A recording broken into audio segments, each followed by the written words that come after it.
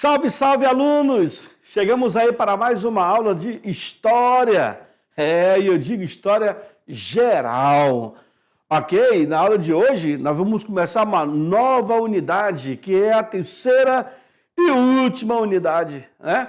Estamos chegando quase no final da disciplina de História e entramos agora, então, para essa unidade, que teremos vários outros assuntos para serem abordados, certo?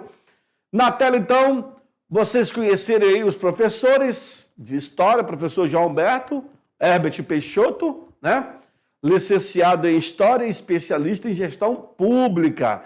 É o meu parceiro que divide o espaço aqui comigo. E do outro lado, esse cara que vos fala, professor Ismar Barroso, sou licenciado em História também, especialista em Arqueologia da Amazônia e com mestrado em História, tá bom? Um pouco do nosso perfil para vocês. E aí, senhores, nessa terceira unidade que vocês estão começando agora, nós temos aí os principais conteúdos que iremos abordar. Aí, nós vamos começar com os povos bárbaros. Opa, deixa eu colocar aqui meu lápis, minha caneta. Como é que tá aqui? Agora sim. Então, os povos bárbaros. Vamos falar sobre a África, América, Ásia, Oceania e Europa, né? Olha agora, renascimento comercial e urbano. Tá ficando boa a aula. Depois vamos partir para o renascimento cultural. E aí veio a cereja do bolo, renascimento científico. E aí partimos para a reforma protestante e a Contra-Reforma. Acabou não, aluno? Ainda tem mais. Passaremos, então, a falar sobre a formação dos Estados Nacionais, que, na verdade, é a criação dos países, a delimitação desses territórios, a expansão europeia, a conquista da América, mercantilismo, a monarquia europeia e iremos falar também sobre o auge do renascimento cultural, tá bom? Nessa aula 37.1, que começamos a terceira unidade. Povos bárbaros. Quem eram os bárbaros? Essa é a pergunta. Vocês sabem quem são esse povo? Professor, nós já vimos essa aula lá atrás, de uma outra conotação. Essa daqui vai ser mais avançada agora. Tá bom? Até porque, para poder explorar mais o assunto.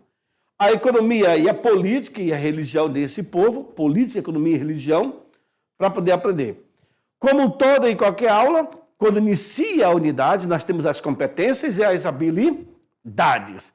Então, a competência para essas aulas, você deverá compreender a sociedade em seu processo de formação e mudanças e os múltiplos fatores que nela intervêm como produto da ação humana, considerando a si mesmo como agente social e aos processos sociais como orientadores da dinâmica dos diferentes grupos de indivíduos.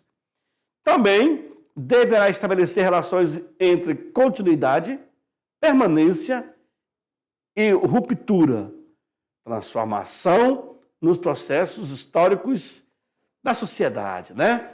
E a habilidade, aluno, é identificar registros de práticas de grupos sociais no tempo e no espaço, assim como avaliar criticamente conflitos culturais, sociais, políticos, econômicos ou ambientais ao longo da nossa história, tá bom? Então tivemos aí tanto competências como também as habilidades para as aulas de vocês. Tá certo? Explique por que a nomenclatura bárbaros pode ser interpretada de maneira equivocada. Vamos lá. Quando você fala, nossa, que barbaridade! Barbaridade, como fala o gaúcho, né? Barbaridade, que coisa mais estranha, que coisa mais magnífica pode ser. É uma expressão de admiração, de espanto. Barbaridade, né? Barbaridade ou bárbaro vem de barbárie, né? uma coisa que chama atenção, uma coisa que é fora do comum. E logo associa a pessoa que executou esse algo fora do comum, ele é uma pessoa bárbara, né? Uma pessoa indigna de educação. Uma pessoa que não tem em mente os conceitos de viver bem em uma sociedade. Então, nossa fala que a pessoa ela, não faz parte dessa sociedade. Então, na tela, ela diz o seguinte: explique por que a nomenclatura bárbaro pode ser interpretada de maneira equivocada. É dessa forma que eu acabei de passar para vocês. Vejam, muitas vezes se refere, pode colocar no quadro lá, muitas vezes se refere à forma, olha aí, como os povos germânicos, que vocês já estudaram comigo lá atrás também, eram vistos pelos romanos. Como os povos bárbaros, eles eram agressivos e sem cultura. Ou seja, não tinha etiquetas, né? Etiqueta é você ser uma pessoa fina, é você saber se postar em determinados lugares e ambiente. Ser uma pessoa chique, né? Uma visão errônea que serve para perpetuar somente um lado da história. Ah, tá, mas e o povo bárbaro? Tinha suas qualidades? Com certeza, sem sombra de dúvida. Possuía suas qualidades, possuía os seus estilos. Ah? Observe aí, o que é ser bárbaro, logo vocês vão entender. Então, a partir do momento que você vê numa cena dessa, né, no Império Romano, o imperador, com todos os seus homens, seus soldados, muito bem vestido, muito bem educado, enquanto o bárbaro, veja se o soldado romano tem barba, cabelo grande. Não tem. Já o cara que está no cavalo, né, cabelo grande, as roupas deles diferentes com os soldados. E aqui, com certeza, foi pego um desses bárbaros, né, num conflito com os soldados romanos. Entendendo que o exército romano ele vai ser também composto por bárbaros. Sabiam disso? Pois é, que é o povo germano. Olha lá. A expressão, ela tem origem grega, bárbaro. Assim, designavam povos diferentes. Viu? Diferente. Nos casos aqui, os persas. Bárbaro, em grego, significa algo como balbuciante, gago. Olha aí. Assim, se referiam por causa da língua falada pelos persas, que eram diferente da língua grega. Então, os gregos, os romanos, nós estamos nesse período de Roma, né? Eles acabavam dizendo que era bárbaro porque o cara não falava a tua língua. Olha que legal. Já que os romanos, eles se apoderaram da cultura grega, então os bárbaros deveriam falar ou língua grega ou língua romana. E não falava. Tinha o seu próprio dialeto. Então, pelo fato de ser diferente, então era bárbaro. Olha que interessante, né? Hoje sabemos que o diferente em nossa sociedade, viu? Em nosso convívio, precisa ser respeitado e valorizado. Afinal, as pessoas não são iguais uma das outras. E é a diversidade que enriquece o contato com o outro. E isso é bacana, porque o Brasil é um país de dimensão extraordinária. Nós temos aí 26 estados, né, com o Distrito Federal. Cada estado tem o seu dialeto, cada estado tem a sua expressão, sua cultura. Você vê o nordestino, por exemplo, lá em Fortaleza, no estado do Ceará, quando o cearense fala, eu estive lá esse final do ano, pronto, ou seja, tudo bem, entendeu? Tem assim um jeito carinhoso. Pronto, sabe? Enquanto na Bahia você vê a expressão do baiano, manhinha, aquela coisa toda, né? Falando, tipo, cantando. O carioca já tem um jeito de chiar, não sei o quê, pega a esquerda, vai pra escola e tal. Você vê o amazonense também, o amazonense quer chiar, o amazonense quer chiar também. Então, assim, você vê os traços culturais dessas sociedades em cada estado. Isso que é o legal. Isso que é o fantástico, você aprender um pouco com o sotaque, com a cultura, com a culinária, com as suas expressões. Nós não devemos criticá-los. Vamos dizer assim, porque o cara fala porta, porco, tem nada a ver. E é justamente essa diferenciação que faz ter essa riqueza no Brasil de culturalidade. Aí, quando você percebe, para os romanos, a pessoa ser íntegra da sociedade, tinha que ser igual a eles. Como que seria o mundo, senhores, se todos fossem iguais? Acho que não teria sentido, né? Então, tem essa diferenciação gostosa, né, de você conhecer a cultura e até aprender com isso também, tá certo? Nós aqui em Rondônia possuímos nossa cultura, nossa diversidade cultural, mas nos damos muito bem e aprendemos muito bem. Porque o legal disso tudo é você aprender também com o outro, tá bom? No quadro, então, aí está falando valorizar e respeitar essa diversidade, tá bom? Na antiguidade ocidental, o pensamento era diferente. Aqueles que eram distintos dos povos dominantes, no caso romano, eram vistos como bárbaros, ou seja, povos cruéis, agressivos e sem cultura. Hoje, vem para mim, hoje você vê isso em qualquer sociedade, em qualquer estado que você vá.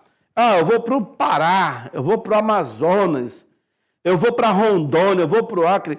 Sempre vai haver nessa sociedade alguns elementos que não querem corresponder ao que diz o regulamento geral, que é viver em paz, respeitar o outro, ser respeitado, né? A gente sempre fala que o teu direito começa quando termina o do outro. E o do outro começa quando termina o seu. Então, tem que haver essa respeitabilidade das culturas das pessoas. E tem gente que cria um ranço, né? Como eles falam, uma raiva, uma antipatia. E se ele encontra outras pessoas que combinam com ele, acaba crescendo, e já vira um grupo maior, e começa uma propagação até de ódio, né? E não pode. Para os romanos, era isso. Então, se você não fala minha língua, se você não se veste como eu, se você não tem a mesma cultura que a minha, então você é bárbaro. Olha só. Mas até os bárbaros possuem suas culturas. Da forma deles, mas possuem. É isso que está em questionamento hoje. Tá bom? Olha lá. Quadro do século XIX retratando os exércitos romanos liderados por Nero Cláudio Druso para a batalha contra tropas germânicas durante o século I a.C. E aí, quando você vê os próprios germânicos que vão compor o exército romano, eles são bárbaros. Agora, detalhe, diga-se de passagem, que esses germânicos, os visigodos, ostrogodos, os vândalos, etc., que entram no exército romano, eles acabam se tornando a milícia, aquela parte da frente. Claro que dentro do exército, você tem os soldados profissionais, mas o que morria primeiro eram os bárbaros, que tocavam o terror que ia na frente, né? Era o escudo dos soldados romanos. Tá bom? Avançamos. Olha lá. Quem eram os bárbaros? Bom, aqui tem bárbaros, povos hábeis na metalurgia que garantiam vantagem militar. Os hunos, por exemplo, tinham grande habilidade com cavalos. Eram habilidosos na montaria. Esses hunos aqui, ó, tá? germanos eram os visigodos e os ostrogodos, tá bom? Também tem os vândalos. Já os hunos também é germânico, o celta também é germânico, tá? Mas os hunos são totalmente habilidosos na montaria. Agora, os celtas também guerreiros, viu? Então, esses aqui são alguns dos povos bárbaros que nós estamos falando. Olha lá. Deslocamento dos germanos orientais, ostrogodos, visigodos, burgúndios e vândalos. Se você acompanhar aqui na minha escala, o nome disso aqui é escala, tá? Se você perceber aqui, ó, cidades importantes, que tem esse pingo aí, ó. O pingo e o ciclo maior, né? As cidades, e aqui nós temos as batalhas, onde aparece aqui em cima, né? Vocês estão vendo? Aí os alanos, de preto, uma linha preta. Aí tem os burgúndios de verde, os hunos, ostrogodos, visigodos e vândalos. Por onde eles passaram, por onde eles cometeram confronto, observe, limite do Império Romano, é tudo isso que vocês estão vendo aqui, ó. Ó, tá vendo aqui? Esse pontilhado, tudo isso daqui é Império Romano. E dentro do Império Romano, nós temos os germânicos, que são essas civilizações. E as principais cidades, Trácia, Sicília, Itália, Sardenha, Córcega, né? Tudo isso. Reino dos Burgúndios aí, ó, lá em cima, ali na parte de Milão, perto da Itália, né? Já na Itália tem o reino dos ostrogodos, e assim vai indo. Isso, deixa eu limpar para vocês. Esse mapa que vocês estão vendo aí, aluno, esse mapa que vocês estão vendo aqui, acompanhando comigo, é uma clara evidência de vocês terem noção onde cada país teve a sua civilização. Aí vocês entendem, poxa, quer dizer então que os italianos, professor, eles são descendentes dos ostrogodos? Sim. Ali, Portugal e a Espanha, eu estou vendo que é quase marrom aquela parte, né? Um caque, então, olha só, são dos visigodos. Nossa, então quer dizer que os portugueses e espanhóis são descendentes de visigodos? Pois é, para você ter ideia. Por esse mapa aí, aluno, nossa, você viaja literalmente, né? E sem contar também as batalhas que por onde eles passaram, o caminho deles, né? As zonas de ocupação, zonas de defesa, isso tudo se concentra na Europa, norte da África e parte da Ásia. Olha lá, ainda deslocamento dos povos germânicos, dos germanos do norte e outros povos, como eu tenho os bretões, os anglos, os saxões, aí acaba unindo os anglo-saxônicos, né? Os alamanos e os hunos. Vejam, novamente, pontilhado, todo o Império Romano, e essas setas aí indicam os povos, né, os hunos, a residência de Átila, aí, esse pingo vermelhão aí. É incrível, Olha lá. Características comuns, geralmente belicosos, sem sistema de escrita, leis repassadas por meio da oralidade.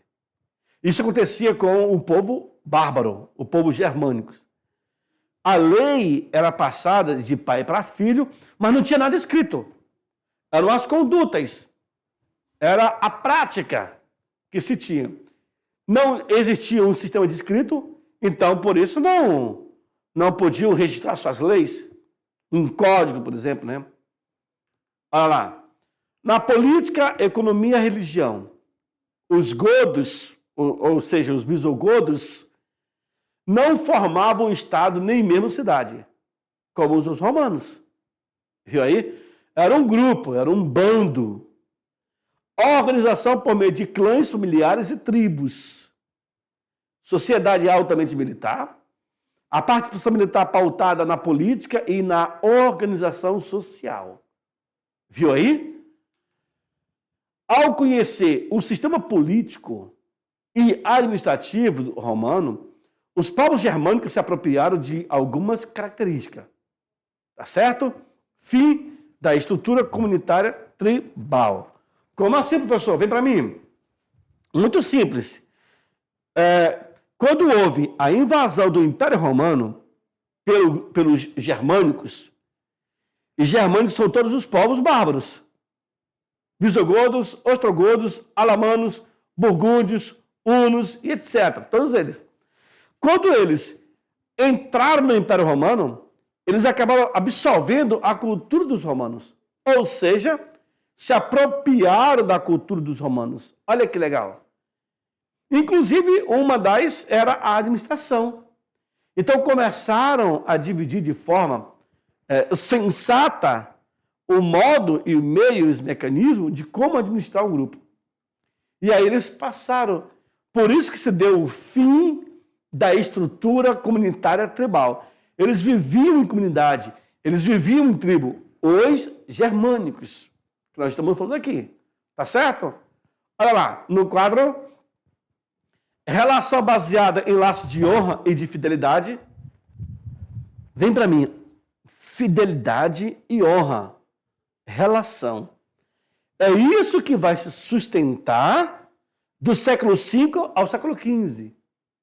Nós temos uma clara evidência de vestígio dos bárbaros na Idade Média. A Idade Média ela vai ter o controle da igreja, mas toda a procedência é dos povos romanos e dos povos bárbaros. Fidelidade e laços de honra. Que é o que tem lá os vassalos e os sucedâneos. No quadro, vamos lá. Desenvolvimento da agricultura. Aí, no caso, eu tenho um trabalho nos feudos, né? A pecuária, a caça e a coleta. Produtos artesanais para a sobrevivência, como roupas e potes. Irão se desenvolver na metalurgia, né? Em contato com outros romanos, com os romanos, o comércio também cresceu. Na verdade, o comércio ganhou uma nova roupagem e os caras vão passar, então, a produzir para poder vender e comercializar. Certo? Então, todas essas estruturas que foram montadas, ela vai ter repercussão durante a Idade Média. Olha lá. Na religião, passaram a ter a crença na vida após a morte, porque isso aí é um exemplo que os romanos tiveram, né? E a partir do século V, isso se propaga. Os bárbaros, então, eles serão aculturados pela igreja, vão absorver o lado positivo dos romanos, e um dos lados é justamente a crença da vida após a morte. Olha que legal. Continua no quadro. Aos valentes guerreiros, crença na vida do paraíso. Olha que legal. Então, assim, se tinha um entendimento que o cara que se tornou um grande guerreiro, habilidoso e etc, ele vai para o paraíso. E esse paraíso é onde? Muitos falam que é o céu, né? Olha que legal. Então, já começa a haver aí alguns prêmios que a igreja coloca na mente da sociedade, do povo, do cidadão, e isso se perpetuou até os dias atuais. Incrível, né? Continua. Chefe da família atuava como um sacerdote, que era o patriarca, né? Rituais ao ar livre também. O interessante é que teve eu li um livro sobre Roma que dizia o seguinte: quando alguém da família morria, você enterrava no quintal. E todos os dias alguém ia lá e acendia uma vela para essa pessoa que partiu, para que ela pudesse sempre ficar na luz, né? Ser iluminada, sua alma, etc. Tem toda uma filosofia. E isso passou a ser de pai para filho, né? Então, quem morresse no futuro, fizesse a mesma situação, né? Acendesse uma vela para que a alma, o espírito, ficasse sempre na luz. E até hoje nós temos esse hábito de acender vela. Ainda mais no dia 2 de novembro, que é dia do finado, que as pessoas vão lá e parece que está tocando fogo no cemitério, né? Mas é uma cultura romana também. Avançamos. Aí eu trouxe para vocês a pirâmide social, né? Eu tenho um rei, abaixo do rei eu tenho o senhor feudal, abaixo do senhor feudal eu tenho os cavaleiros, são os seus guerreiros, proteção. Aí eu tenho os escudeiros, né? E abaixo dos escudeiros eu tenho a milícia, na verdade. Ó? Então, esse daqui é o rei, esse aqui é o senhor feudal, esse aqui é os cavaleiros, né? Da cavalaria, e os soldados escudeiros, que é a milícia que fica bem na frente. Então, essa era uma formação dos feudos. Vejam, contato entre romanos e bárbaros modificou o modo de vida de ambos. É aquela coisa, os bárbaros irão absorver a cultura dos romanos e os romanos irão absorver a cultura dos bárbaros. Ponto. É uma troca de conhecimento. Houve a produção de uma nova sociedade a partir de uma nova sociedade, né, a partir do encontro e da fusão dos elementos romanos com os germânicos. A invasão bárbara foi lenta, mais de 3 séculos, mas gerou profunda mudança no Ocidente. Inclusive no Império Romano. Foi lenta? Foi, mas foi decisiva também. Lenta, porém decisiva. Demorou 3 séculos? Sim, mas depois ninguém conseguiu segurar. Bárbaros, nome dado por gregos e romanos para aqueles que eram diferente a eles. A cultura grega e a cultura romana, porque os romanos absorveram a cultura grega. Certo? Povos com costumes e cultura distinta dos romanos. E aí nós temos a diferença, que vai ser igual à inferioridade. Certo? Isso daí é uma definição que nós temos para o povo bárbaro. Principais povos bárbaros. Aí nós entramos, são eles, os alanos. Quem eram eles? Os alanos, tá aqui. Originário do Nordeste, do Cáucaso, entraram no Império Romano entre os séculos 4 e 5, aqui, 5, ocuparam a região da Hispânia e o norte da África, que é a Espanha, os alanos. Aí eu tenho os saxões, originário, cadê? Os saxões, originário do norte da atual Alemanha e o leste da Holanda. Penetraram e colonizaram as ilhas britânicas no século V. E eu tenho os francos, estabeleceram-se na região da atual França e fundaram o Reino Franco. Eu tenho os lombardos, que invadiram a região do norte da Península Itálica. Pronto, garoto. Aí sim você tem uma definição de cada povo em cada país. Naquela época, em cada estado nacionais. É daí que vai se propagar a formação dos países. A junção dos ângulos e saxões já vai ser uma nova vertente. Eles penetraram e instalaram-se no território da atual Inglaterra. Aí quando você assiste um filme dos anglo-saxões, muito massa, né? Ver a vestimenta deles, a composição social, né? Os burgúndios, eles estabeleceram no sudoeste da França, vejam aí. Já os visigodos, eles irão se instalar na região da Gália, né? Ali na Itália e perto da Península Ibérica. Aí a Península Ibérica tem o Portugal e a Espanha. Né? Já os suevos, eles irão invadir e habitaram a Península Ibérica também. Então nós temos mais de uma formação ali na Espanha e Portugal. Eu tenho os vândalos, que também vão estar em Portugal e Espanha. Estabeleceram-se no norte da África e na Península Ibérica. Olha que legal. E por último, eu tenho os ostrogodos, que vão invadir a região da Itália. Então, Itália, eu tenho aqui os ostrogodos e tenho também os lombardos. Viu aí? Em Portugal e Espanha, eu terei os vândalos, tenho também os suevos e os visigodos. 3 raças que irão compor ali. Tá certo? Para vocês observarem como que se criou esses estados nacionais, que são os países. Eles são descendentes de quem? Está aí a raça mais antiga deles. É daí que vai surgir a sociedade europeia. Os espanhóis, os ingleses, os franceses, os portugueses e etc. Tá bom? A arte visigótica, exemplo da arquitetura bárbara na Península Ibérica. Aí, senhores, você começa a perceber a arte visigótica da influência da arquitetura bárbara. Imagine uma igreja como essa, que foi construída somente com blocos de pedras, ou rochas, melhor dizer assim a palavra técnica, né?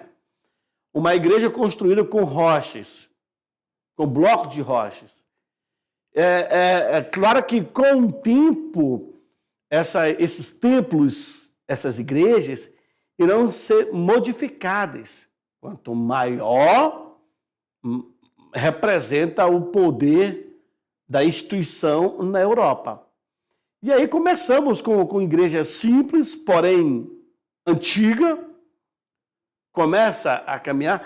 Se você pega e olha para cá, para essa parede aqui, você observa que eu tenho fagulhos de pedras, de rocha. Eu tenho pedras maiores e pedras menores. Aqui não. Aqui eu tenho as rochas cortadas de forma simétrica, né? Aqui também, aqui eu tenho, são rochas mesmo padrões. Aqui eu tenho fagulhos, pode observar aqui, rochas menores. Mas aqui em cima, pior ainda, olha aí, tá? Vai ter período que eles também vão começar a misturar a argamassa, que o cal. Vão quebrar o cal, a pedra cal, vai misturar com areia e vai se formar argamassa. E aí começa então a fazer o reboco das paredes. Isso vai ser muito aplicado no século XVII, XVIII, XIX, no Brasil, inclusive. Tá certo? Olha lá. A economia, arte, política e cultura dos bárbaros germânicos. Senhores, nós iremos aprender muito com eles, com certeza. Uma herança importantíssima para a Europa. Essa mistura de cultura, de tradições, irá formar outras sociedades. Tá? Na economia, por exemplo, a maioria destes povos organizavam-se em aldeias rurais, olha aí, os povos bárbaros, composta por habitações rústicas, muitas delas feitas de barro e galhos de árvores, tá bom? Então, não tinham essa habilidade com casas magníficas, etc. Praticavam o cultivo de cereais, como o trigo, o feijão, a cevada e a ervilha. Eles também criavam gado para meter o couro, a carne e também o leite. Esses são os povos germânicos, que são os bárbaros. Dedicavam-se também às guerras como forma de saquear riquezas e também alimentos para o seu povo. Nos monumentos de batalha importantes, escolhiam um guerreiro valente e forte e faziam dele o principal líder daquela tribo, daquele grupo. Tá bom? Era aí que nascia o principal chefe, né? O líder. Já na religião, senhores, eles eram politeístas, acreditavam em vários deuses, os bárbaros, pois adoravam deuses representantes das forças e da natureza, da força da natureza, né? Sendo Odin a principal divindade que representava a força do vento e também da guerra. Olha que legal. Para esses povos, havia uma vida após a morte. Olha só a crença na vida após a morte. Então, isso não é de hoje, nós acreditamos. Isso vem de séculos. Nós acreditamos que quando você morre, você vai para o paraíso descansar. Os bravos guerreiros mortos em batalha poderiam, olha aí, desfrutar de um paraíso. E nós hoje vivemos nessa sensação que iremos ser compensados no paraíso. Quando você morrer, você vai para esse paraíso como forma de prêmio. Tá bom? Não se sabe de fato ao certo se você vai para isso, mas nós vivemos nessa eminência. Na verdade, o nosso dia a dia é com essa intenção de, quando morrer, um dia vá para o paraíso, né? Mas há aqueles que aceitam e outros que discordam, e isso vira uma discussão terrível, né? Bom, a mistura da cultura germânica com a cultura romana irá formar grande parte da cultura medieval. É isso mesmo. Então, se mistura romano com germânico, e aí nós temos uma outra sociedade que será formada. Pois muitos hábitos e aspectos políticos, artísticos e econômicos irão permanecer durante toda a Idade Média. E, diga-se de passagem, aspectos políticos, econômicos e artísticos dos romanos. Tá certo? Por isso que, olha aí, vitral é uma arte medieval representando o rei francês Carlos Magno, o rei Franco, tá bom? E aí é uma arte, no caso, que surgiu e eles passaram a contemplar muito no período medieval. Os hunos, dentre os povos bárbaros, foram os mais violentos e ávidos por guerras e pilhagem. Eles não eram germânicos, tá? Mas sim de origem euroasiático. Por isso que, entre todos os povos germânicos, os hunos é o que mais irá se destacar. Eles eram nômades, não tinham habitação fixa e viviam a percorrer campos de florestas. E eles eram excelentes criadores de cavalos, tá?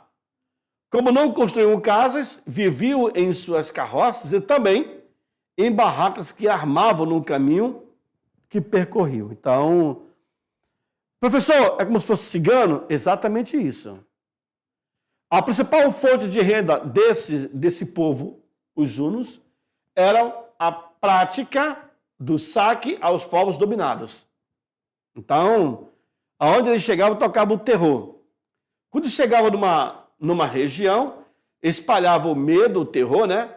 Pois eram extremamente violentos e cruéis com os inimigos. Isso, os hunos. Tá entendendo?